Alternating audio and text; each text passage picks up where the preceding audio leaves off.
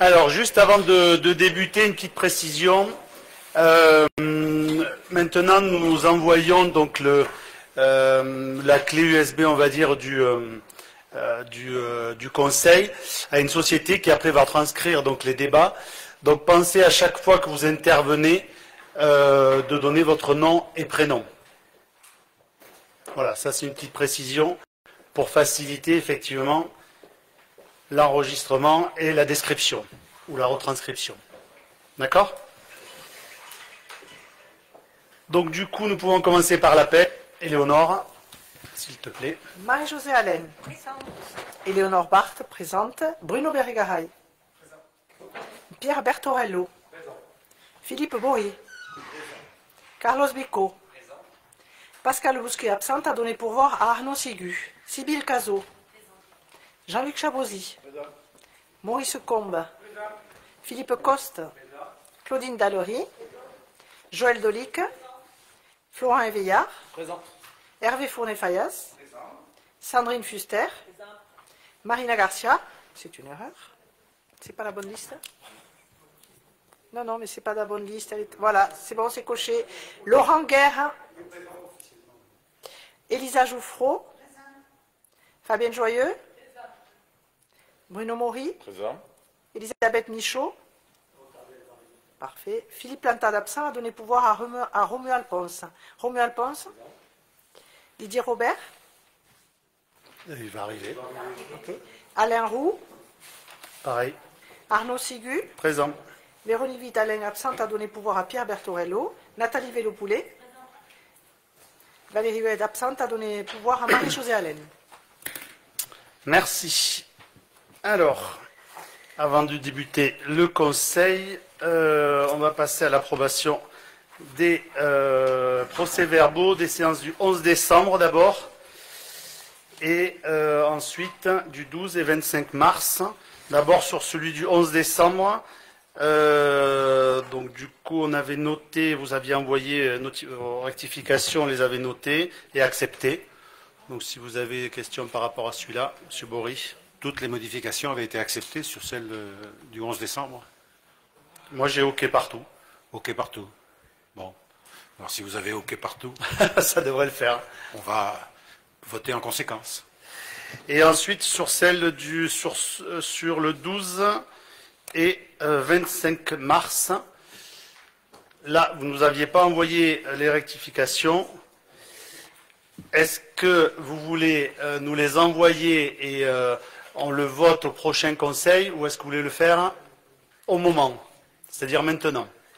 Alors, sur celui du 12 février, comme on a repris les habitudes du début du mandat, où on précisait les modifications, sur celui du 12 février, il y a énormément de manques dans le PV qui est proposé. Alors, moi, je suis favorable au fait de l'envoyer, il est prêt, étant entendu que la prochaine fois, il faudra qu'on voit si tout est pris en compte ou pas, et on en discutera. Parce qu'il y avait énormément de manques. Ce qu'on peut faire, c'est que vous nous les envoyez, ceux du 12, et donc c'était le 12 et le 25 mars, une fois qu'il est corrigé, effectivement, on vous l'envoie. Non, je pense pas. Si on peut l'envoyer? Ou en séance, vous le verrez, et on tiendra compte de tous les éléments. Puisqu'à partir d'aujourd'hui, de toute façon, maintenant, vous avez reçu le... Alors, celui du 25, il y a très peu, il y a beaucoup moins d'ajouts à faire, si ce n'est qu'il n'y a pas de pris en compte, et ça, c'est un sujet que je souhaiterais aborder peut-être en préalable du Conseil, il n'y a pas d'éléments sur les échanges qu'il y a eu lors des questions orales. D'accord, ça c'était le cas déjà sur les autres. Oui, mais on maintient le fait qu'il serait bien que ces échanges qui sont intéressants, utiles, que ce soit l'expression de notre part ou une expression de la vôtre ou de conseillers de la majorité, ça nous semblerait opportun de faire en sorte que l'ensemble de ce qui est exprimé puisse être pris en considération dans l'esprit de ce dont on avait parlé quand on s'est rencontrés. Sur les questions orales, après sur le reste, ça convient? Alors, sur le reste, il y a quelques modifications. Ah oui? Oui. Pourtant, là, il y a quelques ajouts. D'accord. Notamment dans la première partie où tout n'est pas retranscrit. Alors, je ne sais pas quelles consignes ont été données à la société.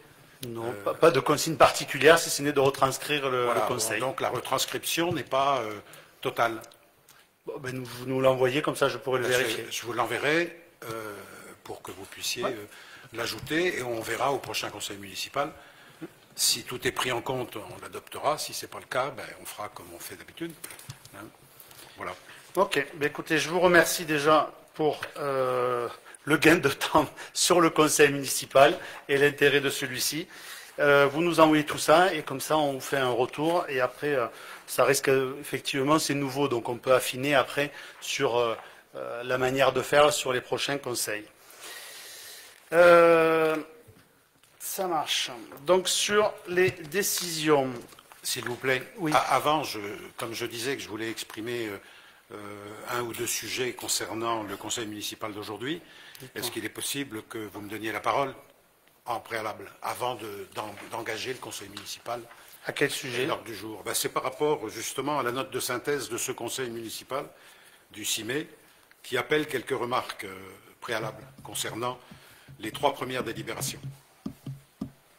31, 32, 33. Sur les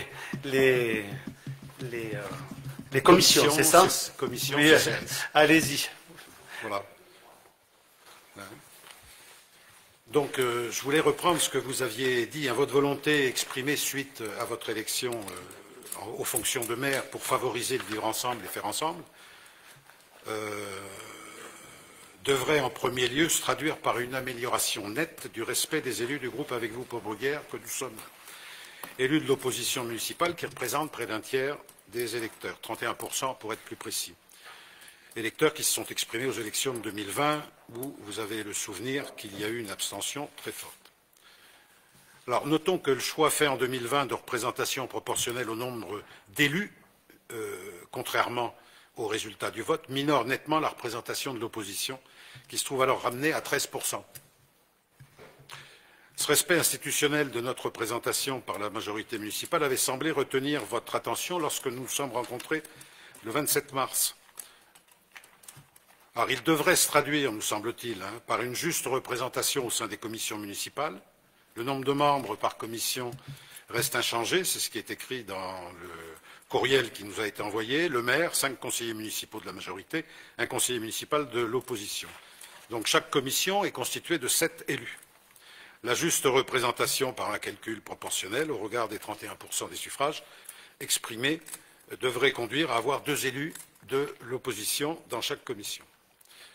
Ça devrait se traduire également par une juste représentation au sein du conseil d'administration du CCS, avec 2 élus également dans la mesure où il y a 8 élus municipaux, 7 conseillers et le maire. Donc c'est d'autant plus au-delà de 2.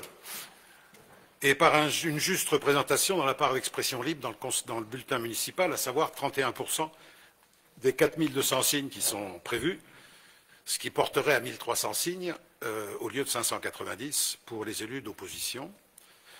Donc ces 3 délibérations, dans ces 3 délibérations, il n'y a aucune évolution positive quant à la représentativité des élus de l'opposition dans les commissions représentatives qui restent à minima, à savoir un siège. Alors votre volonté exprimée de faire ensemble, ce qui me paraît bien, et la mise en avant de la citoyenneté devrait également se traduire par une nette amélioration du débat citoyen, notamment au sein du conseil municipal, avec la mise en mémoire des expressions diverses au sein des commissions municipales, avec un compte-rendu de commission, l'égalité de traitement de tous les conseillers municipaux dans l'enregistrement vidéo, ce qui n'est pas le cas, et la production de procès-verbaux, là nous en avons parlé, qui soit plus fidèle à l'expression de chaque conseiller. Bon, j'avais évoqué avec vous l'existence de logiciels automatisés depuis 15 à 20 ans, ça existe, et qui permettent d'avoir un résultat en traitement de texte très rapide. Bon, là vous avez fait appel à une société, c'est une autre démarche, et cela constituerait une économie de temps, et j'espère que ce sera le cas pour vous dans la rédaction et pour nous. En termes d'économie financière, je ne sais pas quel est le coût, vous nous le direz, je pense, de ce service qui est confié à cette société. Donc le PV du Conseil du 25 mars ne parvient pas, c'est ce que je vous disais tout à l'heure, à rendre compte de la totalité des échanges et des propos tenus par chaque intervenant. Alors, ces différents points, au regard du règlement intérieur tel qu'il est rédigé, mériterait que l'on revoie ce règlement intérieur. Un certain nombre d'articles sont concernés. L'article 24 relatif au procès-verbal, en rendant compte fidèlement de la teneur des débats, ce qui n'est pas écrit dans le règlement intérieur. L'article 25 relatif au compte-rendu qui est supprimé de par les nouveaux textes qui ont été publiés il y a 2 ans et qui est remplacé par la liste des délibérations. L'article 26 relatif aux extraits de délibération, qui est modifié aussi quelque peu par ce nouveau texte, enfin qui devient ancien puisque ça fait 2 ans. L'article 28 relatif au bulletin d'information municipale, qui permettrait d'inclure un nombre de caractères proportionnels plus juste. Et l'article 34 relatif aux commissions municipales, notamment en intégrant le fait qu'il y a un compte-rendu des échanges qu'il y a, qui sont souvent riches entre les membres des commissions, mais où il n'y a aucune mémoire et aucune trace. Et d'autre part, dans ce que je voulais évoquer tout de suite, une question reste importante par rapport au sujet qui est effectivement le respect de l'ensemble des points de vue du Conseil municipal, c'est la question de la représentation de la commune au Conseil métropolitain. Bon, par l'intermédiaire de Philippe Plantade, ancien maire, qui était élu en mars 2020 au Conseil métropolitain. Alors, notre commune est par ailleurs représentée au travers de participation des adjoints ou conseillers délégués aux commissions métropolitaines correspondant à leur secteur de responsabilité. Il n'en demeure pas moins qu'il serait normal d'être informé régulièrement de ces travaux via les commissions municipales ou au conseil municipal. Il est également nécessaire de délibérer en conseil municipal sur les sujets importants qui feront l'objet de délibération et de vote du conseil métropolitain et de donner un mandat à notre représentant qui soit clair et qui pourra rendre compte au conseil municipal des votes. L'exemple d'aujourd'hui sera traité, je pense, tout à l'heure dans les questions orales concernant l'augmentation de l'eau, du coût de l'eau au travers d'un nouveau tarif, une nouvelle tarification qui est mise en place sans qu'en amont, on n'ait pu en parler à aucun moment. Alors, je ne sais pas, peut-être au niveau de la majorité, vous en avez parlé entre vous, mais le conseil municipal, à aucun moment, n'a pu aborder ce sujet. Et enfin, on l'a évoqué quand nous nous sommes rencontrés, il y a déjà des débuts de réponse, c'était par rapport à cet épisode qu'on a connu, qui a marqué l'année 2024, à savoir le dispositif d'accueil des gens du voyage, qui constitue quand même un sujet qui reste d'actualité. Et donc, suite à la concertation organisée en mars, la réponse que vous nous avez donnée le 27 mars, lorsqu'on s'est vu, consistait à annuler la proposition du terrain qui était faite. Ça semble être de bon sens, vu la situation dans laquelle la commune était. Se donner plus de temps pour une nouvelle recherche, ça paraît évident, mais il est nécessaire d'activer la recherche. Et la possibilité pour la métropole d'inscrire un choix de terrain dans le projet PLUIH, pourquoi pas, sans validation en amont par notre commune, ça se discute, quoi, ça mérite débat. Voilà autant de sujets sur lesquels le conseil municipal pourrait statuer à la lumière de cette volonté affirmée, qu'on encourage, de faire vivre une citoyenneté représentative de tous nos concitoyens et concitoyennes, à commencer au sein de notre assemblée municipale. Voilà les quelques propos qu'il nous semblait importants dans ce premier conseil municipal que vous présidez, que nous puissions exprimer. Écoutez, c'est effectivement tous les dossiers que nous avons évoqués notre rencontre il y a un mois. Du coup, je vous avais proposé d'en reparler même ce vendredi. Bon, vous n'étiez pas dispo, ça arrive. Hein. Et comme je vous l'ai dit, je vous reproposerai une date pour rediscuter de tous ces thèmes. Voilà, je ne vais pas répondre là point par point parce que ce n'est ni le lieu ni l'endroit, mais par contre on se verra pour en discuter. Il n'y a pas de souci là-dessus, parce qu'il y a plein de petits points qu'on a déjà mis, qu'on commence à régler. Je pense notamment au compte rendu ici. Par rapport au nombre, on ne va pas refaire le débat. Le débat, on l'a lancé déjà, ça fait 4 ans maintenant. Je sais, vous vous souvenez quand même que vous êtes allé à la préfecture pour dire qu'effectivement, ce n'était pas Le bon comptage, vous avez quand même été retoqué par la préfecture pour nous dire pour vous dire effectivement que ce qu'on avait prévu, ce qu'on fait aujourd'hui, est totalement légal. Donc on ne va pas revenir sur la disposition des commissions, mais vous voulez y aller. Sur les commissions, vous êtes représenté à une personne. Donc déjà, essayez de venir sur l'ensemble des commissions, ça sera déjà pas mal, ce qui n'est pas forcément le cas tout le temps, je sais, c'est pas facile. Donc 2 élus par commission me semblerait compliqué. Ce n'est que mon avis.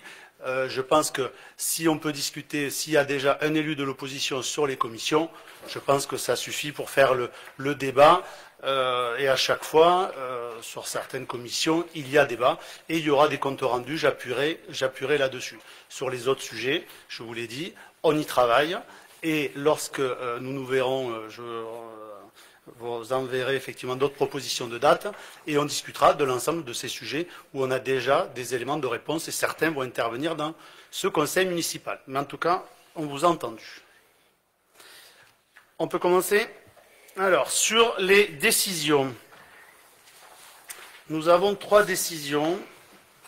Est-ce que vous avez des questions sur ces décisions ou pas?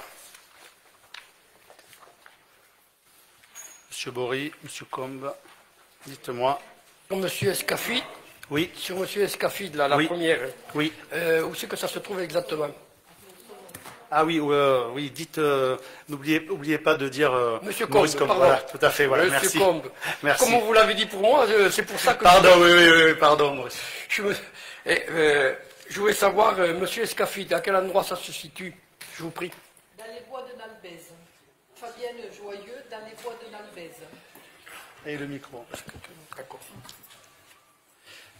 Je dis ça pour la bonne raison, Monsieur Combe, je dis ça pour la bonne raison que comme il a un frère qui est de l'autre côté du carrefour, là-bas au carrefour du petit carrefour qui se situe en bas du rond-point de Saint-Sauveur, puisque son frère est de l'autre côté sur la commune de CP. Alors tout d'un coup, Je ne sais pas si nous parlons, Fabienne Joyeux, je ne sais pas si nous parlons de la même personne. Pour accéder chez lui, il faut passer par le feu de Saint-Sauveur, tourner à droite, mais après, les bois, il revient sur Bruguière, finalement.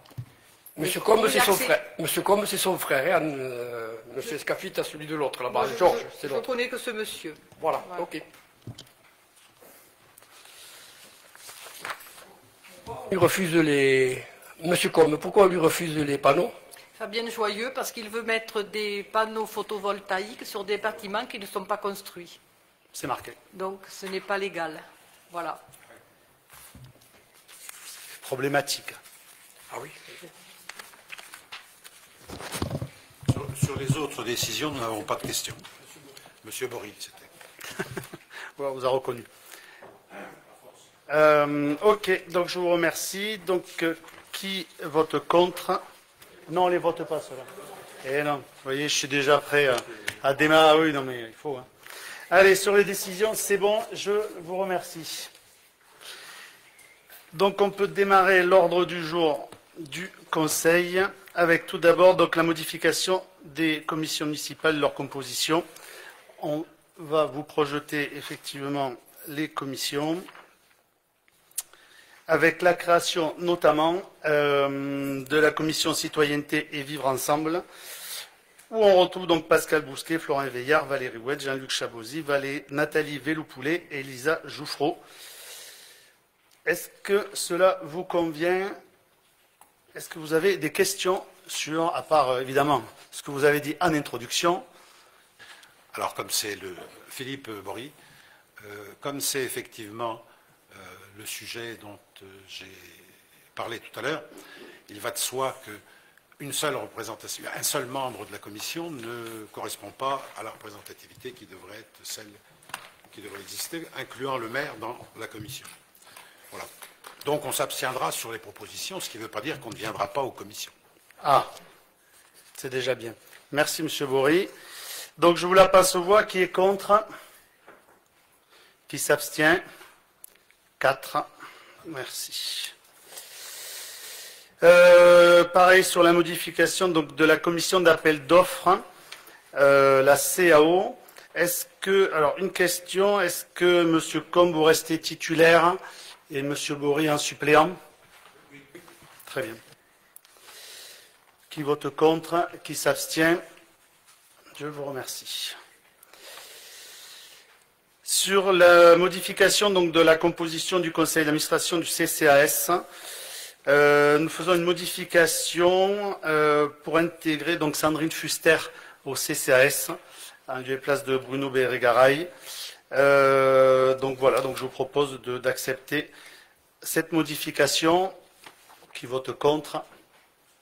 Qui s'abstient? Oui. Pour les mêmes raisons que tout à l'heure. Mais j'ai bien compris. Il n'y a pas de souci. Une petite question Oui. subsidiaire. Oui.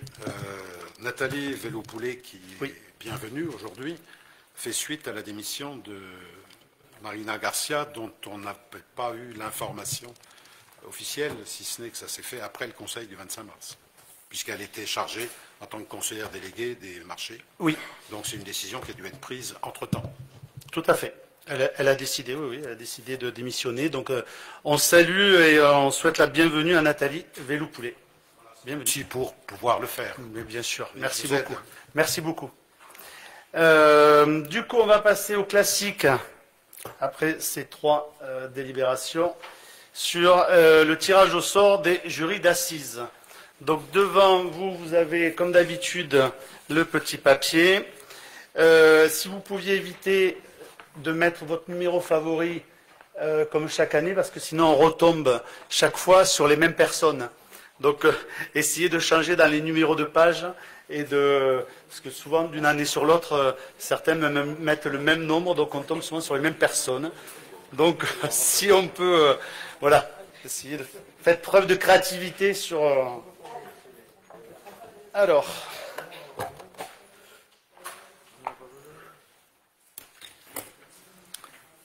On peut les récupérer. Non, je passe la voie. Allez, on commence par première adjointe Fabienne Joyeux. Alors, page 212.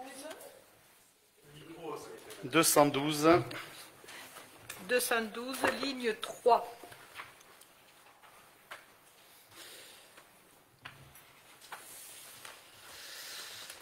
Et ligne 3. Donc nous avons ligne 3, on est d'accord. C'est ici. Marie-Céleste Guedes, 23 rue des Edelweiss. Elle est née en 62.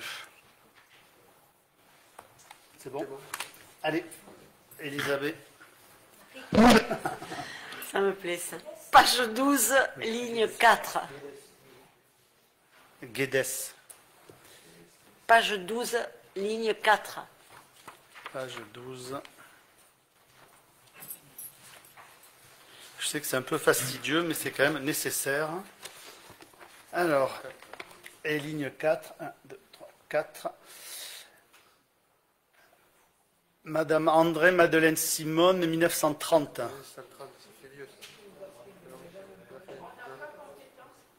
Oui.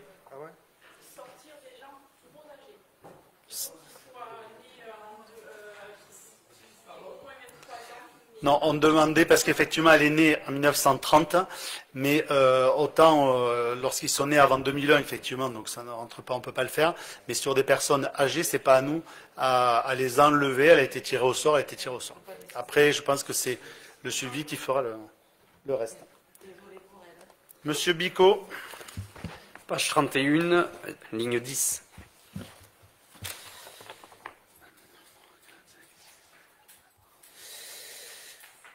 Monsieur Baptiste Jérémy, 94, 1994.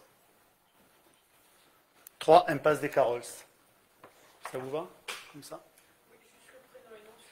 Ok. Monsieur Fournet. Page 180, ligne 7. Quoi?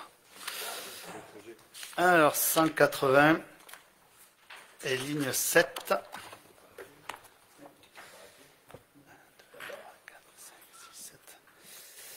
Anne-Marie Franza, 4 rue de la Briqueterie, 1943. Laurent. Alors, page 173, ligne 6.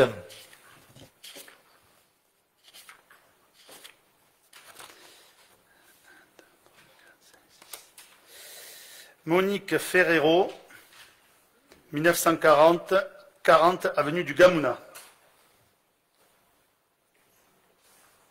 Épouse de Barabès, c'est ça, hein, entre guillemets, c'est épouse.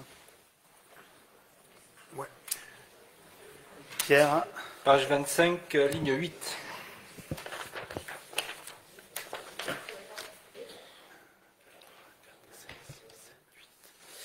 Jean-Paul Barbe, 1946, 5 rue Bellevue.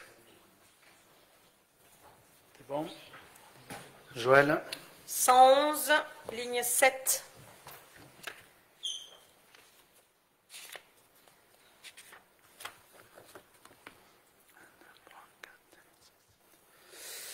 Josette Corbière, 1943, avenue des Cévennes. On reste dans les années 1940, hein, pour le coup. Allez, pour l'instant.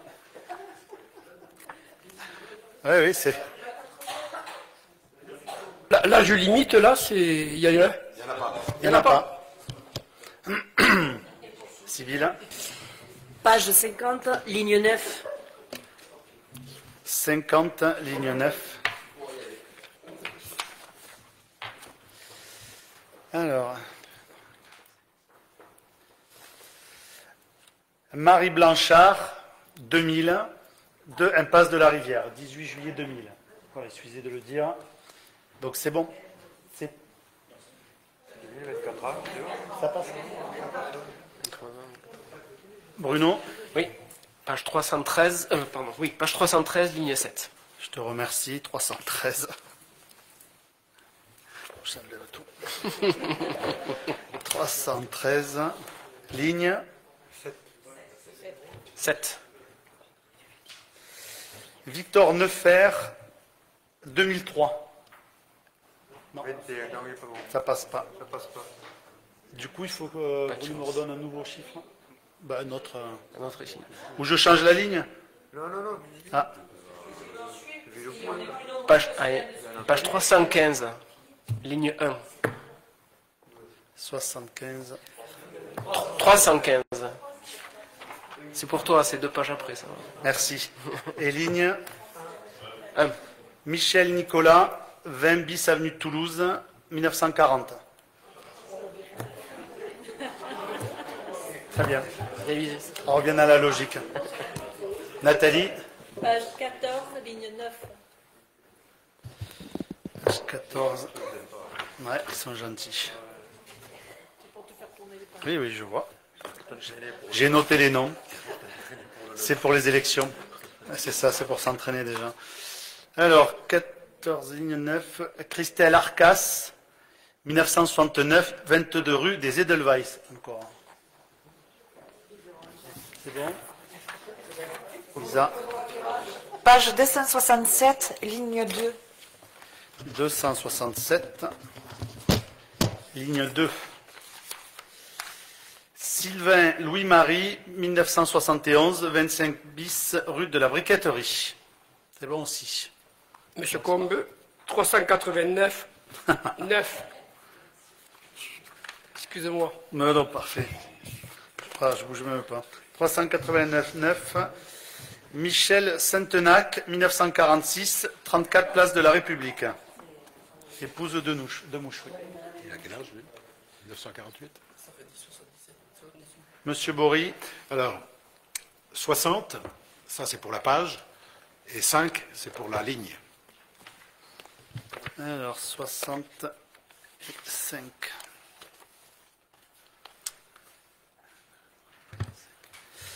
Jules Borat, 2004. C'est trop jeune. C'est trop jeune. Un autre, monsieur Bory. Trop jeune, là. 61, 6. Florian Bosque, 19 janvier 1985, 1 impasse des Noisetiers. Ça marche. Page 240, ligne 7. 240, ligne 7.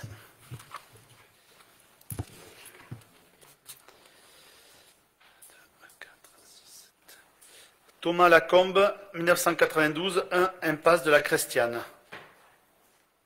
C'est bon aussi. C'est bon? Ah ben voilà.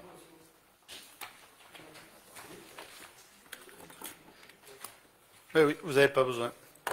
Bon, il nous en fallait 15, on les a. Super. Allez, merci beaucoup pour votre participation.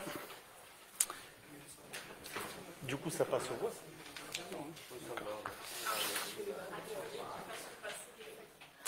Vous voulez récupérer les feuilles de ceux qui ont participé? Tous? Allez, vous pouvez nous repasser les feuilles, comme ça on le donnera si jamais il y a un souci. Si, si elle veut tout. Ah ben je sais pas, si vous me le dire. Pas nous, on n'a pas été...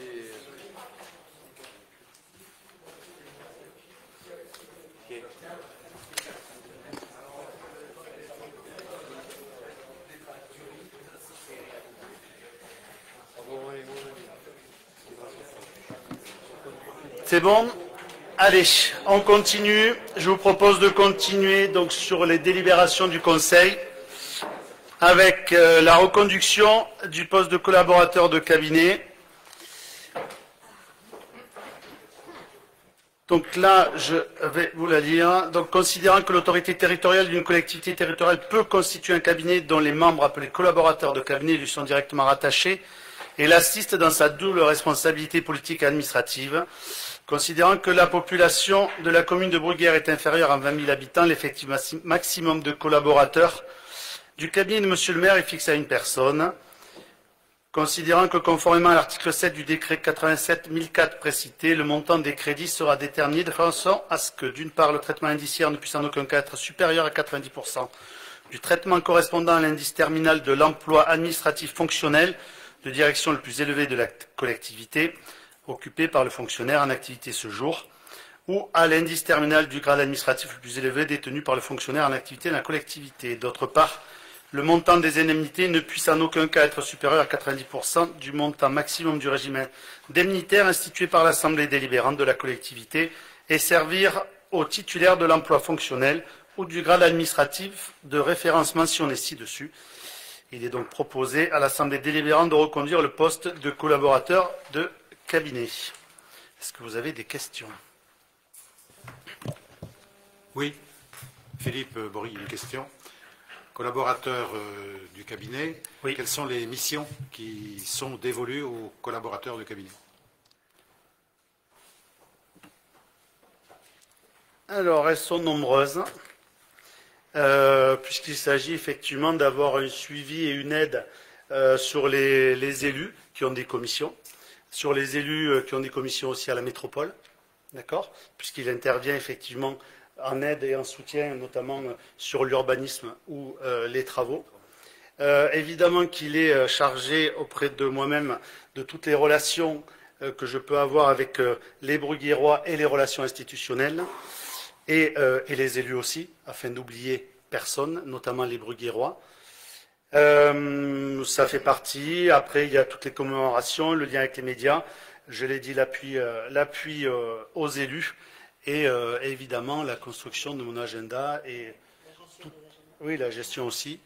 Donc voilà, tout un tas de tâches effectivement qui effectivement le rendent indispensable aujourd'hui, comme c'était le cas depuis maintenant quelques années.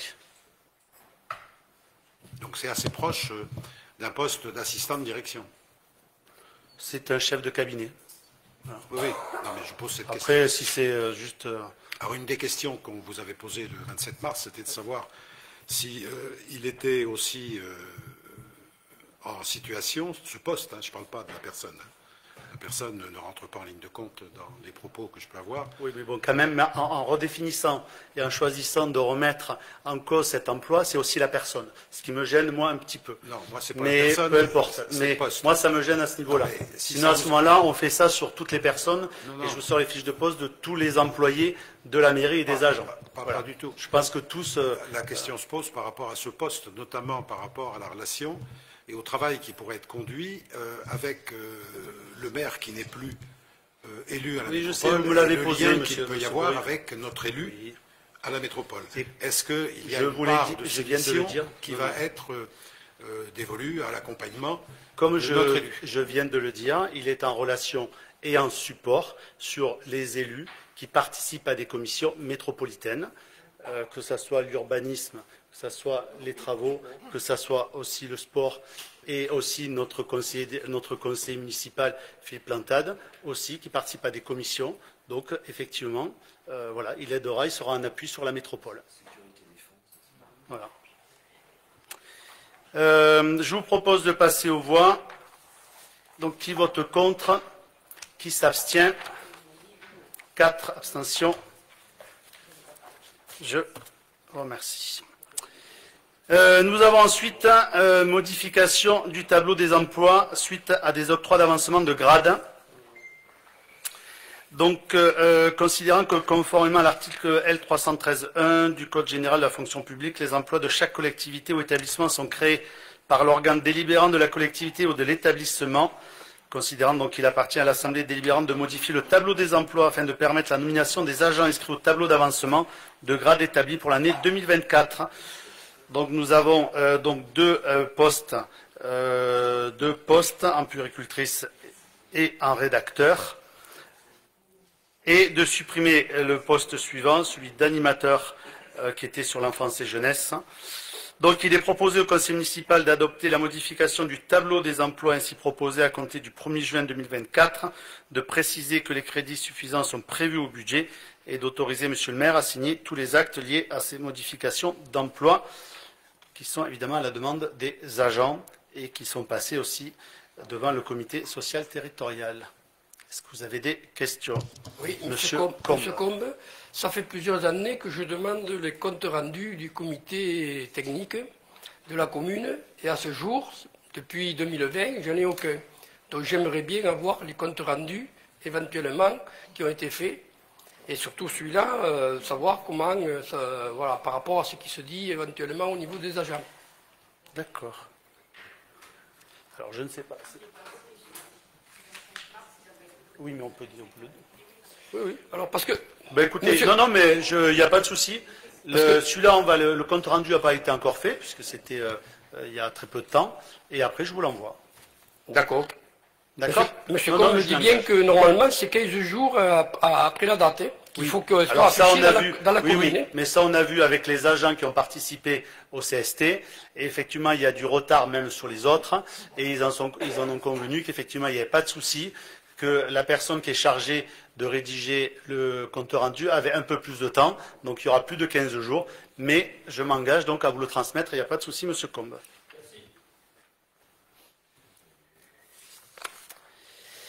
Mise en place du dispositif d'apprentissage au sein de la collectivité. Pardon. Pour moi, c'était acté, hein. Qui vote contre? Qui s'abstient? Merci beaucoup. C'est acté. Merci, monsieur Combe. Alors, la mise en place du dispositif d'apprentissage au sein de la collectivité. Donc, considérant que l'apprentissage permet à des personnes âgées de 16 à 29 ans révolues au maximum d'acquérir des connaissances théoriques dans une spécialité et de les mettre en application dans une entreprise ou une administration, ce dispositif peut être ouvert sous condition à des mineurs de 15 ans ou des adultes de 30 ans et plus, personnes reconnues handicapées, création d'une entreprise supposant l'obtention d'un diplôme. Cette formation se clôture par la délivrance d'un diplôme ou d'un titre. Donc, il est proposé à l'Assemblée délibérante de recourir à ce dispositif à compter de la rentrée scolaire 2024 en mettant en œuvre 2 contrats qui se trouveront donc sur la petite enfance, sur les fonctions d'ADSEM, agent de crèche et animation. Cette formation dure 2 ans. Donc, il est proposé au conseil municipal de recourir à des contrats d'apprentissage à compter de la rentrée scolaire 2024, d'autoriser monsieur le maire à signer tout document relatif à ce dispositif et de dire que les dépenses correspondantes, notamment salaires et frais de formation, sont inscrites au budget primitif 2024.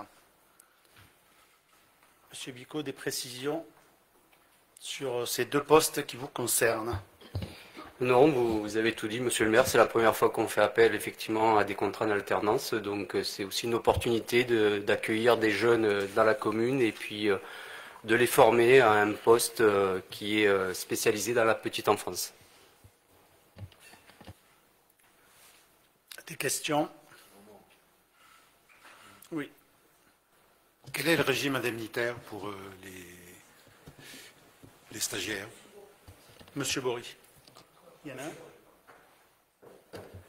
On est sur un contrat d'apprentissage, alors Monsieur Bicot, pardon, on est sur un contrat d'apprentissage, donc par rapport à l'âge, puisque les personnes ont moins de 19 ans sont à 51% du SMIC. Merci. Non, allez-y, allez-y. Elisa Jouffreau, est-ce que, comme pour les entreprises privées, il y a des indemnités pour la mairie? Pour chaque contrat d'apprentissage? Alors, oui, effectivement, hein, on aurait pu prétendre, pardon, Carlos Bicot, on aurait pu prétendre cette année avoir effectivement des indemnités. Il faut savoir qu'au niveau du service public, il faut recenser les besoins avant le mois de mars, ce qui n'a pas été fait. Donc, on a quand même pris le parti de conclure ces deux contrats sans les indemnités pour cette année.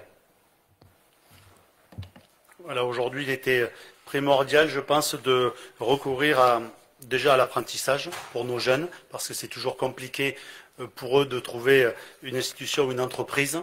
Et qui plus est, elles viendront effectivement, et les agences s'en félicitent, au soutien donc des ATSEM, et pas seulement, comme je l'ai dit, ça sera sur les ATSEM, au niveau de la crèche et même de l'animation. Voilà. C'est bon? Qui vote contre? Qui s'abstient? Je vous remercie. Alors, nous avons une mise à jour des tarifs pour les encarts publicitaires. Donc du coup, celle-là concerne, si vous voulez, on souhaite créer un guide pratique que vous allez retrouver dans vos boîtes aux lettres, normalement, si tout va bien, fin août. Un guide pratique, alors ce qui est à l'intérieur n'est pas encore bien défini, mais vous aurez effectivement, comme son nom l'indique, tout ce qui peut aider les Bruguérois à connaître la commune. Et pour ça, on a l'obligation effectivement de mettre des encarts, enfin l'obligation non, mais on souhaite mettre des encarts publicitaires. Donc voilà, on vous donne un peu donc on a créé une tarification pour le guide. À noter que ceux de Bruguère Info du programme du Bascala ne bougent pas. Donc je vous propose effectivement d'approuver la tarification, de laisser inchangé les tarifications de Bruguère Info et programme du Bascala, et d'acter ce principe de... Oui, il y avait un principe de tarification aussi préférentielle sur certains tarifs. Est-ce que vous avez des questions? Non. Alors, qui vote contre? Qui s'abstient? C'est voté. Je vous remercie. Ensuite, l'attribution des subventions aux associations pour l'année 2024. Donc, considérant que l'attribution des subventions aux associations doit faire l'objet d'une délibération distincte de celle du vote du budget, considérant que les associations pouvant recevoir une subvention communale sont celles ayant complété le dossier de demande et œuvrant dans l'intérêt de la commune, considérant que les montants sont déterminés, les montants proposés, sont déterminés en fonction des critères suivants: effort d'autofinancement, intérêt local, mise en place de manifestations, accueil des jeunes et personnes âgées, et également étudier le niveau de jeu ainsi qu'un sport collectif ou individuel, étant précisé que le montant de la subvention est calculé à partir des dépenses liées à l'activité auquel on soustrait l'excédent de trésorerie qui correspond à au moins 20% du montant total des dépenses. Donc il est proposé au conseil municipal d'attribuer les subventions suivantes. On vous les a affichées. Est-ce que vous avez des questions par rapport... Alors, il faut aussi, donc du coup, si certains font partie au moment du vote de bureau, si vous êtes membre du bureau président, voilà, de lever la main et vous ne pourrez pas prendre part donc au vote sur les associations qui sont affichées. Donc nous avons Madame Dallery, Madame Jouffreau, Monsieur Maury et Madame Cazot. Dites-moi. Monsieur Combe, Oui. une question, parce Oui. que je sais que je suis déjà intervenu là-dessus. Oui. Parce qu'à un moment donné, vous dites que l'activité auquel on soustrait l'excédent de trésorerie. Oui. Alors, il s'avère que pour des clubs sportifs, je sais dans les statuts de code de quoi on parle, c'est-à-dire qu'on considère aujourd'hui au niveau des fédérations quand même que pour ne pas mettre en danger vis-à-vis des salariés que l'on a, Parce qu'effectivement, moi j'ai un salarié à l'association, et aujourd'hui on est obligé d'avoir pratiquement le budget annuel d'avance pour éviter que le salarié se retrouve en difficulté l'année suivante. Donc c'est pour ça que je dis, est-ce qu'on en tient compte au niveau des associations qui ont des salariés ici à Bruyères? Voilà ma question. Oui, alors effectivement sur ce dossier-là, effectivement la trésorerie se fait toujours, mais en même temps c'est un point. Vous avez vu, il y a beaucoup de points qui sont aussi déterminants les uns que les autres. Après oui, il y a des fédérations qui, je le sais, demandent une trésorerie importante. Donc là, on en a tenu compte. C'est qu'on appelle ça la grille qui le calcule depuis déjà un petit moment. Et puis c'est qu'un point parmi tous les points dont je vous ai cités. Donc voilà, oui, ça a une influence quand même un petit peu. Mais on essaie d'en tenir compte. Est-ce que vous avez des questions? Qui vote contre? Qui s'abstient? Je vous remercie. Non, il s'abstient. Il ne pouvait pas voter. Dans la même continuité, dans la continuité, attribution des subventions exceptionnelles pour les associations fêtant leur anniversaire. Nous avons eu une demande à ce jour, donc c'est pour les associations qui fêtent leur anniversaire, elles peuvent recevoir une subvention exceptionnelle. Considérant que seul le comité d'entente a effectué une demande auprès de Monsieur le maire pour leur 50e anniversaire.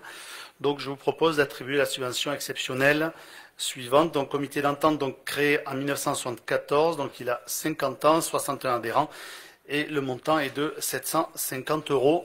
Il y a d'autres associations qui cette année font leur anniversaire et peuvent aussi se tourner vers nous. Voilà, on ira les voir pour leur dire, peut-être qu'elles ont oublié, mais elles peuvent, puisque c'est sur des dizaines.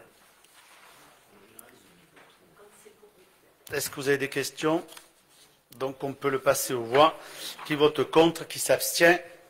Je vous remercie. Ensuite, Monsieur Coste. Oui, alors c'est la cession à titre onéreux d'un véhicule communal. Donc, vu le Code général des collectivités territoriales et notamment l'article L 2122-22-10, considérant que l'acquisition d'un véhicule polybène en remplacement du véhicule actuel est inscrit au budget primitif de la ville pour l'année 2024, considérant qu'il convient de délibérer dès lors que le montant de la cession est supérieur à 4 600 €, il est proposé à l'Assemblée délibérante d'approuver la cession à titre onéreux du véhicule polybène Renault Mascotte dans le cadre d'une reprise en vue de l'acquisition du nouveau véhicule. La caractéristique du véhicule à vendre sont les suivantes. C'est un modèle Renault Mascotte immatriculé 645 BWV31, année d'acquisition 2006.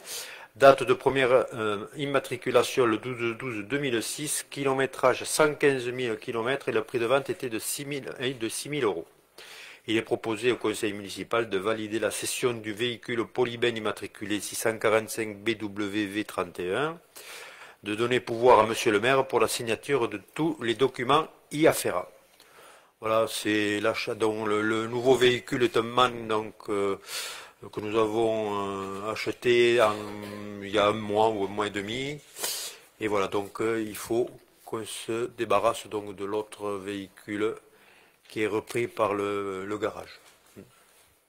Comme Monsieur Combe, il était largement amorti, l'autre. Ah, il était largement, oui, Philippe, il était largement amorti et il nous a lâché 1 ou 2 mois avant d'avoir l'autre véhicule. Voilà. Pas d'autres questions. Donc, qui vote contre? Qui s'abstient?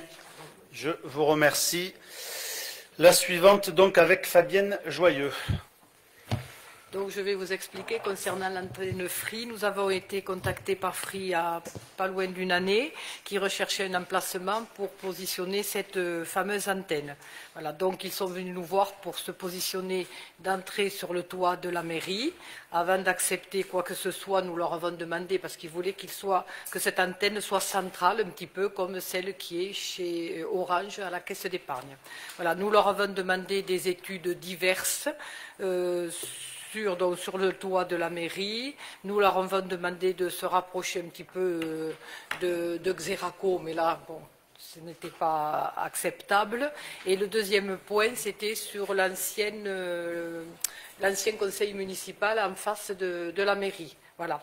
Donc, en fin de compte, ce qui a été retenu, c'est sur le toit de la mairie. Plusieurs projets nous ont été présentés. Voilà, on vous le présente, je n'avais pas vu. Plusieurs projets nous ont été présentés avant de nous présenter celui-ci.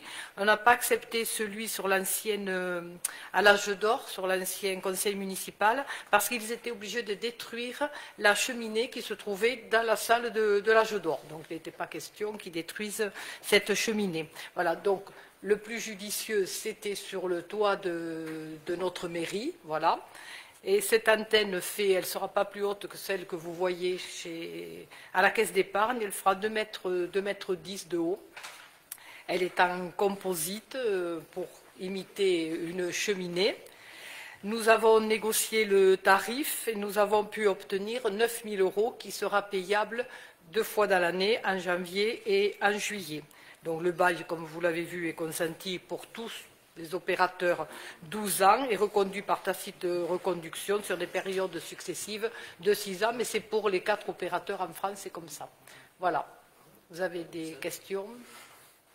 Oui, Monsieur Combe. Oui. Alors, 2 mètres de haut? Oui, c'est-à-dire que ce que vous verrez, la cheminée, parce que ce qui importe pour nous, c'est la hauteur de la cheminée, c'est ce qui me faisait un petit peu peur. Donc, elle fera... Il y a un dénivelé, le toit, il n'est pas, je ne sais pas comment vous l'expliquer, il n'est pas tout à fait de la même hauteur. Donc, il y a le bas de la cheminée, il y aura un creux, et toute l'installation technique sera dans la cave de la mairie. Monsieur Combe, dans la cave de la mairie, ça représente plus de 5 mètres carrés? Oui, absolument. Ils sont venus. En tout état de cause, je dois d'abord prendre une délibération. Et une fois que cette délibération est prise, ça permet à l'opérateur de faire venir des cabinets d'études pour étudier la structure du toit. Ils ne peuvent pas faire venir des cabinets et payer ces cabinets s'ils n'ont pas obtenu l'autorisation, l'aval par une délibération de la mairie. Donc, les cabinets vont venir, vont faire des études au niveau de la structure du toit, de la cave, enfin voilà. Si ça se réalise, eh bien, nous continuons. Mais par contre, s'il n'y a pas de possibilité ou de faisabilité pour cette installation, à partir de ce moment-là, l'antenne Free ne pourra pas être positionnée, comme ils ont fait d'ailleurs à la Caisse d'épargne. À la Caisse d'épargne, c'est en bas dans un puits de jour. Voilà. Monsieur Combe, parce que je sais qu'il est sorti un décret du Conseil d'État pour préciser les règles, et notamment c'était le décret du 10 décembre 2018 concernant éventuellement la surface au sol et la hauteur, parce que je crois qu'il faut un permis éventuellement par rapport à ça. Il n'y a aucun souci. Si ça dépasse, ce qui n'est pas le cas aujourd'hui, soit c'est un permis, soit c'est une déclaration préalable. Aujourd'hui, nous sommes dans une déclaration préalable. Bien entendu, si c'était un permis qu'il fallait instruire, vous nous connaissez, ce serait fait. On sera dans les règles. De toute façon, aujourd'hui, c'est le vote et après, il y a la faisabilité qui sera enclenchée. Donc, pour l'instant, on passe juste cette partie-là au vote. Qui vote contre? Qui s'abstient? 4 abstentions. C'est voté. Fabienne, toujours. Donc nous continuons sur une installation classée de protection environnement qui se situe impasse de Toulouse, sur le terrain qui appartient aux enchères, le terrain que vous voyez libre, qui donne d'un côté sur la départementale et de l'autre côté sur l'impasse de Toulouse. Sur ce terrain, qui fait 4 hectares, il va être créé un bâtiment qui comporte 5 cellules de stockage, comme vous avez pu le lire. 4 seront dédiées aux matières combustibles et une cellule sera dédiée au stockage de liquides inflammables. Donc vous avez lu toutes les surfaces, tout ce qu'il y a. Je veux surtout vous expliquer la particularité quand on voit matière combustible et liquide inflammable. C'est ce qui fait un petit peu peur. Voilà. Donc en réalité, j'ai appelé les cabinets qui ont fait les études. Les matières inflammables, c'est les accumulateurs, les aérosols, les alcools de bouche, le white spirit, les déodorants, les bombes. Ça, c'est ce qui fait partie des matières inflammables et d'autres qu'il y a. Dans la partie combustible, c'est un petit peu comme vous en voyez partout, comme ici. Et dans les combustibles, chez eux, c'est ce qu'ils appellent les produits secs. C'est ce qu'ils appellent les conserves. Tout ça repose, quand c'est livré, sur des palettes en bois et le tout est cerclé, je ne sais pas comment on dit, filmé, tout ça. Et tout ça, bien entendu, c'est combustible et ça peut prendre feu. Donc, c'est le même dossier que nous avons déposé pour Super U, c'est la même chose. L'hiver, ils reçoivent des bidons de pétrole pour, je ne sais pas quoi, pour se chauffer. Ils ont des matières, ils ont des petites bouteilles de gaz, vous savez, pour le camping-gaz. Enfin, voilà. Donc, ce sont les mêmes matières, mais ce doit être déclaré en préfecture, comme nous avons UPAPREC, comme nous avons tout BREC, comme nous avons toutes ces sociétés qui sont déclarées en préfecture et qui peuvent avoir de la matière dite dangereuse. Est-ce que vous avez des questions? Oui, M. Combe. Donc moi, ce qui me dérange un peu, c'est le fait que c'est un gros projet que l'on va installer encore en bordure de l'impasse de Toulouse, ce qui veut dire qu'une fois de plus, il va y avoir encore plus de véhicules, notamment par rapport à cette impasse, mais aussi par rapport à Bruyères. Donc aujourd'hui, on est saturé de partout au niveau de la commune. Je trouve ça dommageable, d'autant plus que si on veut ensuite aménager la piste cyclable entre Saint-Alban et Bruyères, notamment sur l'impasse Toulouse, ça va devenir difficile pour ceux qui veulent se promener en vélo ou éventuellement sur les deux roues. Donc je trouve difficile aujourd'hui qu'on puisse installer sur le nord de Bruyères autant de sociétés de logistique, parce que c'est ça aujourd'hui qu'on est en train de faire, davantage de véhicules, alors que nous on est complètement saturés sur Bruyères, quoi. Alors ce type d'établissement logistique nous rapporte de l'argent, vous vous en doutez, une TAM très élevée, une taxe d'aménagement majorée très élevée. Ça c'est le premier point. Concernant le deuxième point, nous avons demandé à cette société de se reculer de 10 mètres sur leur propre terrain pour récupérer ce terrain pour pouvoir faire une piste cyclable. Donc je veux dire qu'ils participent à la hauteur de la piste cyclable et à l'élargissement, le jour où ça se fera, de la voie de l'impasse de Toulouse. Donc c'est quelque chose sur lequel nous sommes projetés.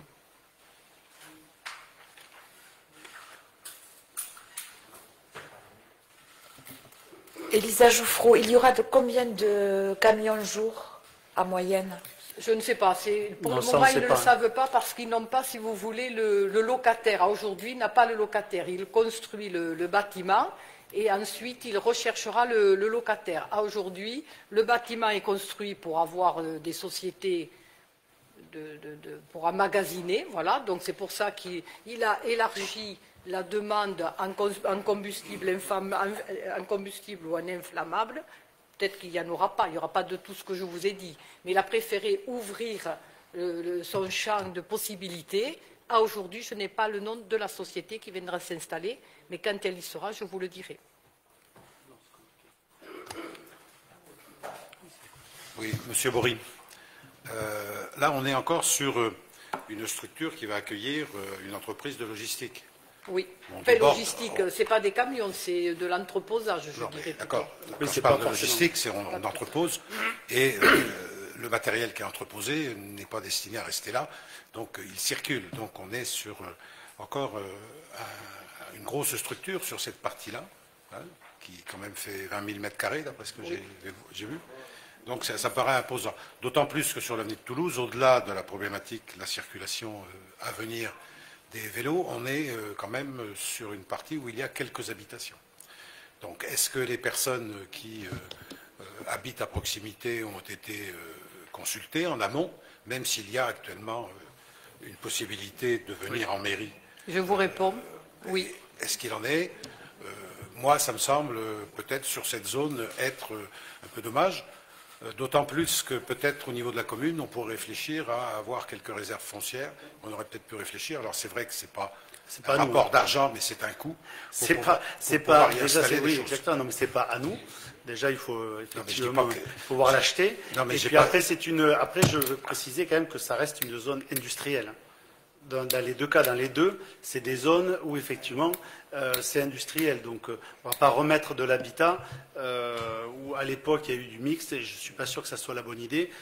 Quand c'est industriel, ça reste industriel. Après, ça se trouve effectivement à l'écart du centre-ville. C'est des emplois qui vont être créés et j'espère surtout, et avec une direction directement sur l'autoroute. Donc ne venant pas forcément boucher, comme vous le dites, la circulation sur l'intérieur de Bruguière. Surtout si c'est des gros camions qui ne peuvent pas effectivement rentrer, notamment sur certaines rues de Bruguière. Eux, leur objectif en étant là, sur ces entreprises-là, c'est l'accès à l'autoroute. Sinon, il ne faut pas avoir d'accès à l'autoroute, mais une entreprise qui pourrait se venir ici, et la suivante est la même, c'est d'avoir un accès à l'autoroute, rien d'autre. Il ne faut pas dramatiser là, et là c'est de l'emploi qui va être créé, donc je pense que c'est quand même, et c'est une zone industrielle, donc forcément c'est la vie d'une zone industrielle. Après il n'y en a plus beaucoup de terrain, mais effectivement il y a des entreprises dans une zone industrielle. Je suis désolé. Monsieur Combe. En zone artisanale. En zone artisanale. Dans le PLU. C'est zone artisanale. Et dans le PLU. Monsieur Combe, moi, quand on me parle d'emploi, je sais que dans ce conseil, on a déjà parlé d'emploi, notamment par rapport à ce qui s'est passé à Casino. Aujourd'hui, Casino, c'est la fermeture. C'est 5000 emplois nationaux qui sont par terre à Casino. Donc, quand on me parle d'emploi, je regarde un peu plus près aujourd'hui ce qui se passe, parce que c'est quand même dramatique en France aujourd'hui au niveau de l'emploi. Donc, c'est pour ça que quand on parle d'emploi, il faut faire attention, parce que souvent, c'est des entreprises qui ont déménagé d'un coin pour venir à un autre. Donc, c'est pour ça que là-dessus, je ne peux pas vous dire qui va venir. Voilà, en tout cas, voilà, ça, aujourd'hui... Je suis très mitigé. Après, le problème, effectivement, on profite de l'autoroute pour mettre tout un tas de logistique dans le coin. Mais aujourd'hui, ce qu'il y a, c'est que il faut savoir quand même qu'avec les particules fines et le bruit, aujourd'hui, en France, il ne faut pas oublier qu'il y a 50 000 personnes qui meurent par an.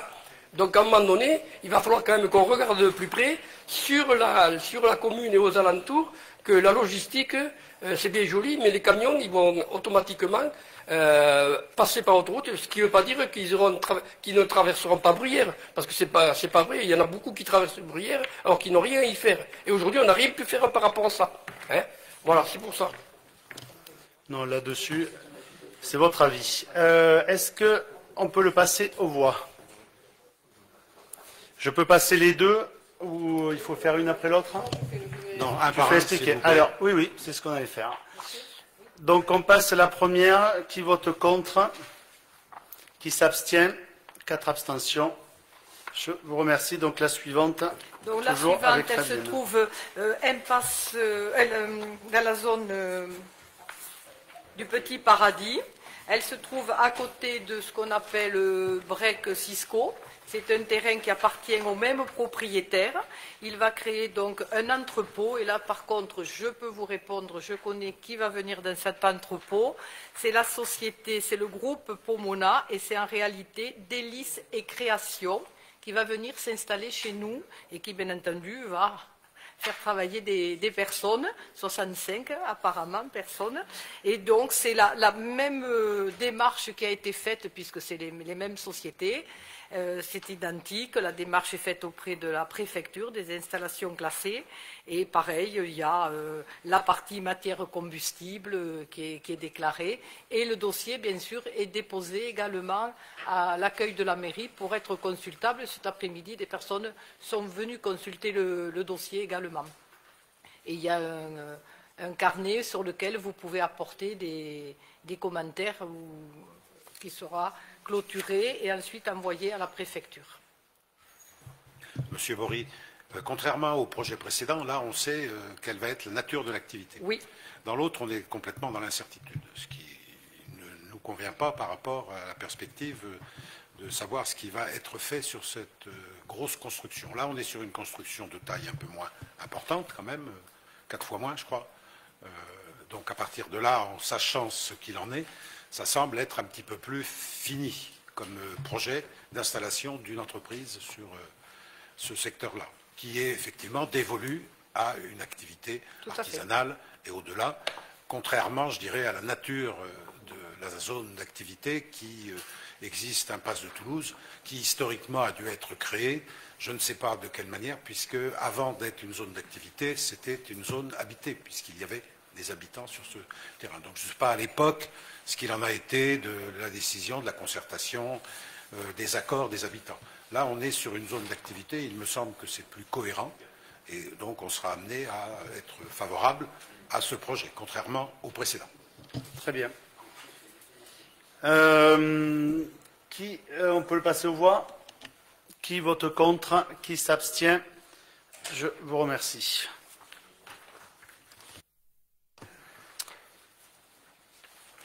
Monsieur Éveillard, pour l'approbation du règlement du fonctionnement pour le budget participatif. Donc, vu le Code général des collectivités territoriales, vu la Convention territoriale globale, la CTG de la commune de Bruguière, vu le règlement de fonctionnement tel qu'annexé à la présente délibération, considérant que le budget participatif est la fiche action numéro 30 de la CTG qui a pour objectif de promouvoir les initiatives citoyennes dans un objectif de cohésion sociale à travers la vie du voisinage, de développement de la démocratie participative et faisant participer les citoyens à la vie de la cité. Considérant que le budget participatif est un dispositif permettant aux citoyens de proposer des idées projets, de choisir un ou plusieurs lauréats, puis de voir les projets choisis réalisés sur le territoire de la commune concernée, considérant que l'enveloppe budgétaire allouée pour ce premier budget participatif est de 5 000 €, enveloppe prévue dans la section d'investissement du budget primitif de la ville pour l'année 2024, considérant que le déploiement d'un tel dispositif suppose la mise en place d'un règlement de fonctionnement qui doit être validé par le conseil municipal. Il est donc proposé à l'Assemblée délibérante d'approuver le projet de règlement tel qu'annexé à la présente délibération et qui prévoit notamment les éléments suivants: les personnes pouvant déposer une idée, les critères de recevabilité d'une idée, les modalités de vote, le rôle de la commission citoyenneté en tant que garante de la transparence du dispositif. Il est proposé au conseil municipal d'approuver le règlement de fonctionnement du budget participatif et d'autoriser monsieur le maire à signer tous les actes nécessaires à l'exécution de la présente délibération. Merci. Donc effectivement, c'est la suite donc un petit peu de la CTG, auquel beaucoup d'élus ont participé. Aujourd'hui, effectivement, donc nous allons mettre un budget, justement, nous mettons un budget donc cette participation citoyenne. Est-ce que vous avez des questions? Une question par rapport au Monsieur Bory. Une question par rapport à la commission qui sera amenée à statuer in fine au regard des différentes propositions. Comment cette commission est constituée? Sur sur celle-là, sur la citoyenneté ou sur le budget participatif, vous voulez dire, sur les sujets du budget participatif. La commission citoyenneté, il y en a une, bon, elle existe, elle va se mettre en place, j'imagine, bientôt. Non, je parle par rapport au budget participatif. Il y a in fine dans le règlement et dans le déroulé une commission qui doit prendre des décisions sur le choix du ou des projets. Oui, mais c'est ce que je vous dis. C'est effectivement. Alors, est-ce que ça sera de la compétence de la commission citoyenneté ou est-ce que c'est une commission qui associe des habitants dans... C'est une question. Là, pour celle-là, c'est effectivement sur le règlement, sur le choix du budget participatif et sur le sujet qui sera choisi par la citoyenneté, par la commission citoyenneté. C'est marqué sur le... Ça m'a mis un doute, mais non, c'est sur le règlement. Lecture que j'ai pu faire, des documents que j'ai pu lire.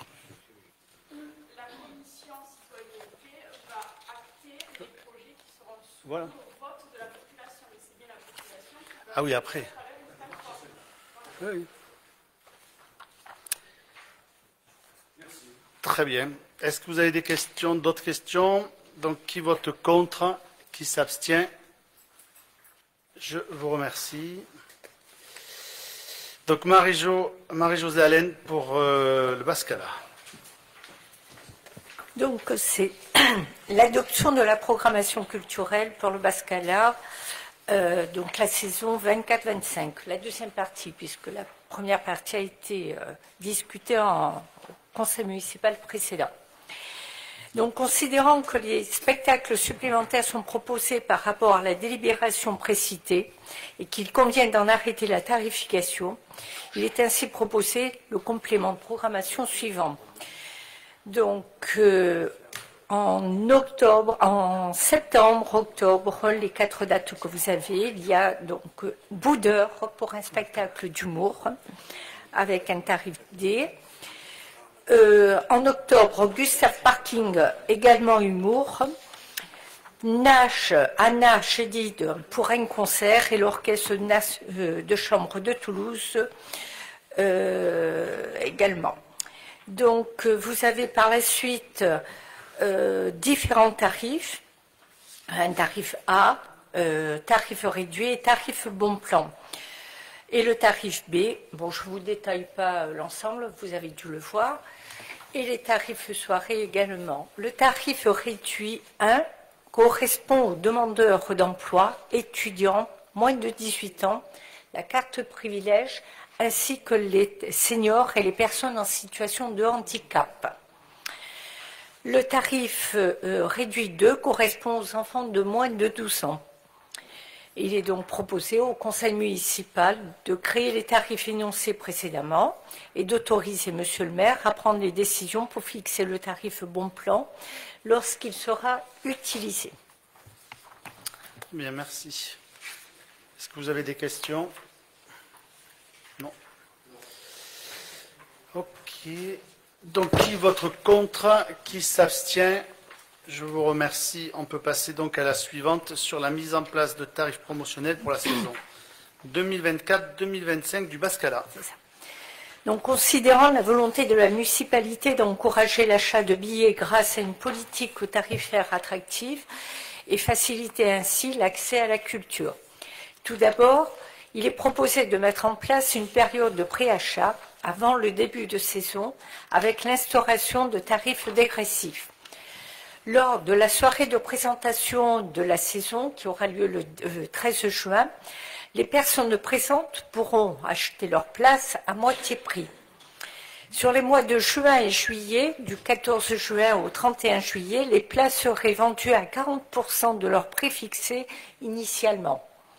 Et sur le mois d'août, du 1er août au 31 août, donc à 30%. Ainsi, la grille tarifaire serait celle-ci. Je vous passe tous les tarifs que vous avez. Hein. Voilà. De plus, afin d'encourager la vente de cartes privilèges qui permettrait de créer une communauté de spectateurs fidèles, ambassadeurs du Bas-Calais, il est proposé un nouvel avantage. Sur le premier spectacle acheté, le détenteur de la carte aura une place gratuite pour une place achetée plein tarif. Ceci avec 3 places achetées maximum pour la saison dans les 3 mois suivant l'achat de la carte. Et sur les spectacles suivants, il bénéficiera du tarif privilège correspondant donc au tarif réduit comme précédemment. Voilà. Très bien. Des questions sur ces tarifs promotionnels? Pardon, monsieur Combe, il y avait une suite derrière. Excusez-moi. Ah, tu as une suite, Marie-Jo. Oui, on a vu, elle a vu. Désolée, ça y est, pas de souci, vas-y. Ça arrive. Par ailleurs, donc, il est proposé des tarifs promotionnels aux élèves de l'école de musique et du Point Jeune. Les écoles de l'école de musique de Bruguière bénéficieront d'une réduction de 50% sur les concerts programmés par le Bas-Calais. Les jeunes inscrits au Point Jeune de Bruguière bénéficieront d'une réduction de 50% dans la limite de 3 spectacles dans la saison. Et enfin, afin de fidéliser le public issu de la saison de famille, il est proposé une carte de fidélité. Les spectateurs achetant 5 spectacles de la saison famille bénéficieront du 6e gratuit. Il est proposé au conseil municipal de créer les tarifs énoncés précédemment et d'autoriser Monsieur le maire à prendre des décisions pour fixer le bon tarif plan lorsqu'il sera utilisé. Très bien, merci Voilà. Marie-Jo. Des questions? Donc on passe cette dernière délibération. Qui vote contre? Qui s'abstient? Je vous remercie. Donc le conseil municipal est terminé. Il y a les questions orales. Le conseil municipal n'est pas terminé. Les questions orales font partie du conseil municipal. Donc, Nous allons passer. Corrigeons cela, Monsieur Bory. L'ordre du jour est terminé du conseil municipal. Nous allons passer aux questions orales. Nous sommes toujours là, donc effectivement nous sommes au conseil municipal. Autre remarque, Monsieur Sigu. Oui. L'ordre du jour du conseil municipal prévoit les questions orales dans l'ordre du jour. Ce ne sont pas des délibérations, ce sont des questions orales. Donc, on fait bien. Donc, ce n'est pas la fin du conseil municipal. Donc, la fin du conseil municipal sonnera à la fin des questions orales. Alors, nous allons passer aux questions orales de l'opposition. Donc, tout d'abord, sur la base de loisirs, fermeture la nuit, donc afin de réduire les nuisances nocturnes issues de la fréquentation de la base de loisirs et du parking du Bascala, ne serait-il pas opportun de procéder à la fermeture de ces espaces publics la nuit? Nous proposons de revenir à cette fermeture nocturne qui existait déjà dans un passé lointain. Alors, déjà pour rappeler effectivement la fermeture nocturne ancienne à laquelle vous faites référence exigeait de la part des agents municipaux d'intervenir la nuit. Ça avait deux conséquences. Déjà, il y avait un coût, forcément. Mais au-delà de ça, c'était l'obligation pour eux, effectivement, de vérifier sur toute la base l'absence de personnes, ce qui pouvait donner lieu à des situations parfois tendues. Et c'est pourquoi il est compliqué de revenir en arrière sur ce point-là. En 2019, nous avions pendant les 2 mois d'été engagé une société pour évacuer, je dis bien évacuer la base de loisirs toutes les nuits, et ça avait un coût puisqu'on était autour de 7 000 € pour le faire. Mais en fait, c'est pas aussi simple. Il y a une double problématique, si vous voulez, sur la base qu'on étudie. Je vous le dis, qu'on étudie aujourd'hui. Mais il y a une double problématique. Il y a d'abord les piétons et les voitures. C'est pas le même problème. C'est une base qui est ouverte et effectivement, la base de loisirs pour les piétons et les vélos. Et c'est une demande des riverains aussi. Pourquoi? Parce qu'elle permet aux habitants du secteur du Gamouna et de la Plaine, et notamment aux plus jeunes, de rejoindre en toute sécurité le centre-ville à pied pour prendre notamment le bus assez tôt. D'accord? Donc on a une problématique là concernant l'accès aux véhicules. Ça, c'est un autre problème. Un autre problème, on est en train effectivement, on a amorcé effectivement une réflexion pour l'accès au parking par ce grand portail, puisqu'aujourd'hui, il y a effectivement des moyens techniques qui permettent peut-être de pouvoir fermer au moins l'accès aux voitures. Voilà. Donc après, ça pourra faire effectivement l'objet de discussions sur des commissions, etc. Mais bon, on étudie le projet, mais vous avez vu, c'est pas aussi simple. On n'est pas juste ouvert-fermé. Après, je peux rappeler à la population que si effectivement, le temps que tout se mette en place, il y a la nuit des voitures qui circulent, la gendarmerie est au courant et pourra réagir assez vite à ce niveau-là. Monsieur Combe, alors, premièrement, ce qui nous pose question, c'est surtout le fait qu'aujourd'hui, vous le savez comme nous, la police municipale à la commune, ça pose problème, puisque pratiquement on n'a plus aucun policier municipal. La deuxième des choses, c'est qu'on a des communes qui aujourd'hui font ce système de fermer la nuit. Je pense notamment à Castelginest, qui, eux, il faut peut-être se rapprocher de Castelginest pour savoir comment ils font pour le parc. Mais le parc à Castelginest, c'est fermé la nuit. Comme à Toulouse, tous les parcs sont fermés, éventuellement. Donc, aujourd'hui, je pense qu'il faut qu'on regarde de plus près comment ça se passe ailleurs, éventuellement, pour essayer de fermer la nuit. Parce que c'est vrai que, comme vous dites, il y a peut-être les voitures, mais ça éviterait éventuellement que les trafics continuent à se faire sur la base de loisirs aujourd'hui. Et ensuite, parce que c'est vrai que le matin, il y a peut-être des gens qui veulent passer, mais oui, peut-être que l'ouverture, il faut voir comment on peut ouvrir la base éventuellement. Et je pense qu'aujourd'hui, il faut regarder, étudier de plus près, avec les autres communes, comment ils font éventuellement. Merci beaucoup. Monsieur Bicot, Monsieur Bicot, vous connaissez les incivilités à Castelginest? Vous avez eu des retours? Je sais pas. D'accord, merci. Merci. C'est pour ça qu'on posera la question sur ce sujet-là. Augmentation de l'eau en 2024, donc dès juin, voté par le Conseil métropolitain. Le Conseil métropolitain, lors de sa dernière séance, a adopté la mise en place de la tarification saisonnière de l'eau, se traduisant par une augmentation de 42% de l'eau dès juin 2024 jusqu'en octobre 2024, puis une diminution de 30% à partir de novembre qui se prolongera en 25 jusqu'en mai. Le vote a été loin d'être unanime puisque 50 conseillers sur 132 ont voté contre cette délibération. En amont de ce vote, aucune information auprès des habitants, aucune consultation citoyenne, aucune concertation au sein du conseil municipal pour donner un mandat à notre conseiller métropolitain sur ce sujet essentiel. C'est la pratique habituelle. Nous demandons à ce que notre conseiller métropolitain rende compte de son vote au sein de notre assemblée. Même s'il n'est pas là, vous savez très bien, puisque vous êtes quand même bien informés, que 50 conseillers ont voté contre, et vous savez donc que M. Plantade a voté en faveur de cette délibération. En tant que conseiller municipal, vous êtes aussi destinataire par les services de Toulouse Métropole des délibérations qui sont débattues. Et je ne doute pas une seule instant que vos amis de cette instance vous tiennent informés quand même des débats principaux. Néanmoins, effectivement, le prochain arrive. Donc là, aujourd'hui, je réfléchis effectivement à la manière d'informer les élus de Bruguière des dossiers nous concernant, soit directement, soit indirectement, peut-être même à l'issue des commissions métropolitaines. Pour l'instant, voilà, j'attends le prochain qui se trouve au mois de juin, et effectivement, je réfléchis à ça.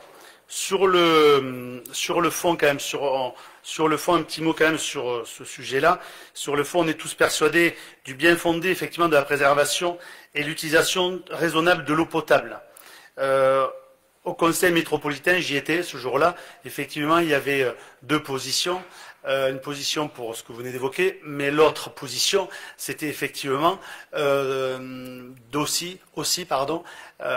taper, comme on dit, dans le portefeuille, c'est effectivement de payer plus on consommait avec des paliers et consommer et payer davantage. Bon, de ça, l'avenir nous dira si effectivement celle-ci fonctionne, mais les deux, je pense que l'efficacité, en tout cas, de cette tarification, on peut pas, on est obligé de la doubler, à mon avis, de sensibilisation. C'est ça, moi, qui peut faire la différence. Après, il y avait deux points de vue qui s'opposaient, mais aujourd'hui, on sait qu'on ne peut plus faire n'importe quoi, et pas seulement en été, d'ailleurs, c'est toute l'année qu'il faut faire attention à l'eau. Donc une sensibilisation à la gestion, à l'utilisation de l'eau, cela passe par de la communication, par l'éducation et par la mise en place d'outils. Nous, ce qu'on a fait au niveau de la mairie notamment, et on l'avait dans les décisions, on va placer effectivement des récupérateurs d'eau de pluie aux ateliers municipaux, ou encore on a mis dans nos bâtiments des mousseurs qui permettent d'utiliser moins d'eau potable. Ça, c'est des actions concrètes qui vont dans le bon sens, me semble-t-il. D'ailleurs, Hauts-de-Toulouse, la métropole, aussi déploie en ce moment des outils de communication. Là où effectivement, donc ils expliquent leur position, mais pas seulement, où on a aussi comment réduire et maîtriser sa consommation d'eau. Voilà pour moi un peu je pense que ça, effectivement, ça va dans le bon sens. Si on veut s'informer pour les restrictions, pour éviter les restrictions et comment réduire et maîtriser sa consommation d'eau, on peut aussi aller sur le site d'Eau-Toulouse Métropole. Oui, Monsieur Bory. Monsieur Bory, effectivement, le débat a été intéressant d'ailleurs pour l'avoir suivi à distance, avec des points de vue qui étaient partagés, et notamment avec un élément qui était la mise en place un peu hâtive de la part de la majorité métropolitaine, en voulant le mettre en place dès le mois de juin, donc en cours d'année, sachant que ce système fait que pendant la période de juin à octobre, l'eau est plus chère et elle est moins chère dans la période qui est d'octobre à mai de l'année suivante. Donc en termes de mois, on pourrait dire le calcul peut être intéressant à faire. Sur l'année 2024, c'est un bilan quand même très négatif par rapport au budget des personnes. L'autre aspect, c'est la pénalisation en période d'été où il y a un usage de l'eau. Certes, il y en a moins, mais le problème, c'est que je pense que l'usage de l'eau est plus important l'été que l'hiver. Et je ne parle pas des piscines, hein. Je parle de l'hygiène, je parle de l'usage de l'eau potable pour se restaurer. Et la problématique de la non-concertation à l'échelle de la métropole, il n'y a pas qu'à Bruguière. Pour nous, à Bruguière, c'est une habitude, on ne parle pas des sujets qui sont débattus à le Conseil métropolitain. Moi, je salue avec tout un intérêt et avec une évaluation positive la volonté que vous allez essayer d'induire pour pouvoir rechercher une méthode de travail qui permette au Conseil municipal de jouer son rôle sur 80% des compétences qui sont transférées à la métropole. À un moment donné, il est important que la commune puisse continuer à avoir la possibilité de mandater son représentant pour qu'il y ait un vote, je dirais, éclairé et éclairant pour les conseillers municipaux, mais aussi pour les habitants et les citoyens et citoyennes de Bruguière. Donc je pense que sur l'eau, il y a effectivement l'autre alternative qui n'est pas seulement la pénalisation en fonction du nombre de litres, mais qui induit aussi une gratuité d'un minimum de litres pour permettre un usage qui pourrait permettre à des familles qui ont des revenus moins importants d'avoir une dépense moins importante. Le solde, on pourra le faire à la fin de l'année 2025, voir ce qu'il en est, mais regardons sur l'année 2024, il y a une forme de pénalisation des consommateurs de la métropole et des Bruguiéroises et Bruguiérois. Dans les deux cas, hein, de toute façon. Quel que soit ce qui a été retenu, de toute façon, il y aurait eu une pénalisation sur 2024. Oui, non, mais peu importe l'autre aussi. Non, mais c'est le fait de vouloir le mettre à tout prix en juin, oui, alors qu'on aurait pu le mettre à compter de janvier 2025, en ayant pris le temps d'y réfléchir un peu plus et d'associer la population. Disons qu'autant éviter de perdre du temps, peut-être pour économiser l'eau en été, éviter les restrictions. Monsieur Combe, moi, ce qui me gêne un peu là par rapport à ça, c'est surtout par rapport aux EHPAD. On sait aujourd'hui qu'avec les canicules, les personnes âgées et tout se douchent davantage. Hein, comme certaines personnes aujourd'hui dans la population, ils se douchent davantage. On conseille d'ailleurs de se doucher davantage. Et aujourd'hui, donc ce qui veut dire que ceux qui ont les moyens, ça ne va pas leur poser de problème. Hein, mais aujourd'hui, dans les EHPAD, en sachant aujourd'hui dans les conditions où sont les EHPAD, c'est quand même dommage qu'on en arrive à ce résultat, parce que ceux qui ont les moyens, ils peuvent prendre 10 douches par jour. Les autres, ça va leur coûter la peau des fesses pour prendre une douche. Donc je trouve ça un peu difficile à avaler. Voilà, c'est tout. Oui, bien sûr. Ouais, alors sur l'aspect des EHPAD, je ne suis pas convaincu, parce que les personnes âgées, pour avoir ma grand-mère dans un EHPAD, on les douche une fois le matin et puis après on les met sous la clim. Donc je ne suis pas convaincu de ce propos-là. Ensuite, concernant les mesures prises par la métropole, je trouve que juin, pour moi, c'est pas une date précoce, puisque on est en période estivale. Et donc, si on pouvait mettre en application ce procédé, je trouve que c'est concret au moment où la ressource se fait plus rare. Et il faut que les Toulousains et les métropolitains apprennent à également mieux gérer leur consommation d'eau. Et je suis pas convaincu que... Enfin, on parle beaucoup de tarification, mais en fait, si on répartit sur l'année, le delta pour les habitants ne sera pas si significatif que ça, quoi. Sauf pour 2024. Vous êtes pour le choc de l'eau. Mais je ne vois pas pourquoi on attendrait... Vous savez, non, mais en France, on a l'habitude de mettre en place des mesures et de les mettre vraiment en place 10 ans après.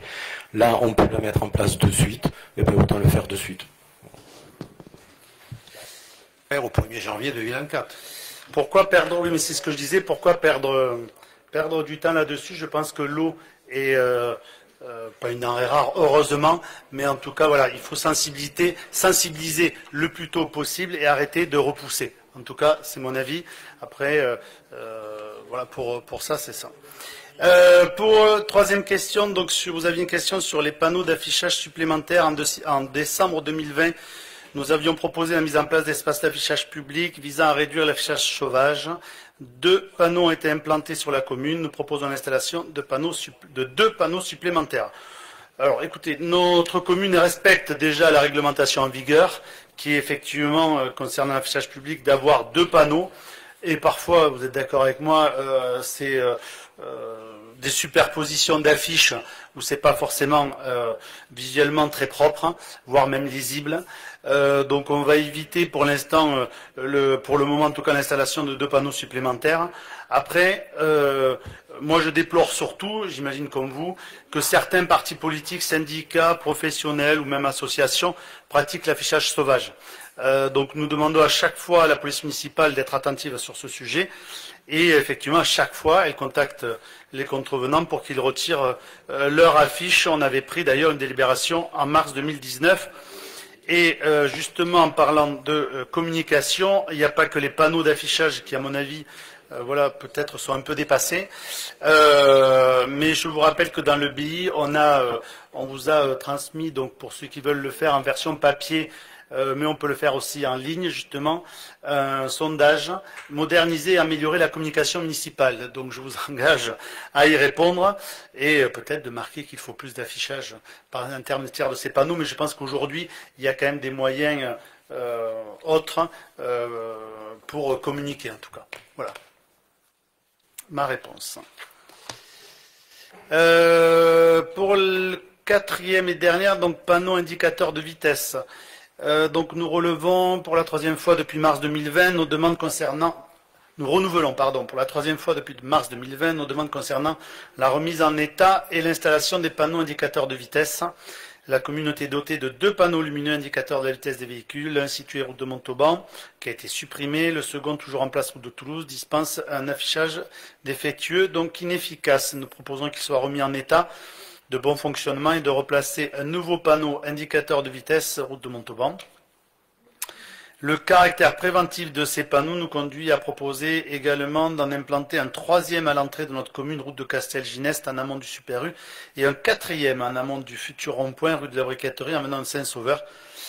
Une décision claire et suivie des faits doit être prise en conseil municipal afin d'engager ou non la réparation ou l'installation de ce type de panneaux indicateurs de vitesse. Alors, depuis vos questions, effectivement, donc on s'est renseigné. Donc le panneau indicateur de vitesse qui est sur l'avenue Toulouse a été réparé et fonctionne. En fait, il ne s'affiche que lorsque les 50 km/h sont dépassés. Ça, c'est faux. Vous avez testé? Testé. Il y a un bon moment, on a testé pour voir s'il y avait 2 chiffres qui s'affichaient, mais il n'y en a toujours qu'un seul qui s'affiche. Donc le deuxième n'est pas assez sensible pour pouvoir s'éclairer, donc la réparation n'est pas bonne. Je ne vais pas vous conseiller de passer plus vite. Pour l'avenue de Montauban, il a été victime par contre de vandalisme et son remplacement n'est pas prévu au budget pour cette année, mais effectivement on va avoir au moins d'avoir ces 2 qui fonctionnent correctement. Après, route de Castelginest, on a 4 dodanes qui viennent d'être installées en face du Super U, donc je pense qu'on ralentit, qu'on voit bien l'enseigne. Donc je pense que là, il n'y a pas besoin, à mon sens, d'en mettre un. Il y a 4 ralentisseurs. Et sur l'autre côté, au niveau des 4 saisons, je l'ai découvert il n'y a pas longtemps aussi, il y a un ralentisseur qui a été aussi placé avant le tournant. Donc là, à mon sens, pas non plus besoin d'en mettre un 4e. Et donc voilà pour les 2 supplémentaires que vous souhaitiez installer. Les ralentisseurs, ça fait son effet quand même. Oui, pour les ralentisseurs, quand on regarde les ralentisseurs, je vous signale que si c'est les motos, les 2 roues et compagnie, ça, les ralentisseurs, je vous dis de suite qu'ils s'en balancent, parce que ça ralentit pas, au contraire, il faut un zigzag pour les éviter. Pareil pour éventuellement les camions, ça ne ralentit pas les camions, parce que les camions, étant donné la largeur des roues, avec les jumelés, ça n'a aucune conséquence. Voilà, donc après ce qu'on pénalise éventuellement, c'est les véhicules, et je vous dis aujourd'hui qu'effectivement ça pénalise, mais il y en a certains qui prennent l'habitude de marcher quand même plus vite. On va veiller de toute façon au bon fonctionnement des 2 qui sont sur la commune. Après, sur le Super U, il y a 4 ralentisseurs. S'il y a des plaintes, effectivement, on l'étudiera. Sur celui de Saint-Sauveur, là, c'est différent. Dites-moi. Oui, monsieur Bory. Monsieur Bory, simplement par rapport à celui qui a été réparé mais qui n'a jamais fonctionné, ça vaut le coup depuis 2020 quand même de s'interroger sur le fait qu'il n'y ait pas eu de vérification qui permettent de dire il fonctionne. Écoutez, moi, c'est ce que j'ai comme depuis 4 ans. Écoutez, j'ai pas la même information, je vais la vérifier, mais en tout cas, on me signale que donc il a été réparé et qu'il fonctionne, et éviter de rouler à plus de 50 pour le tester. Merci beaucoup. Cette fois-ci, le conseil municipal est bien terminé. Merci beaucoup. Je vous souhaite une bonne soirée et au prochain conseil.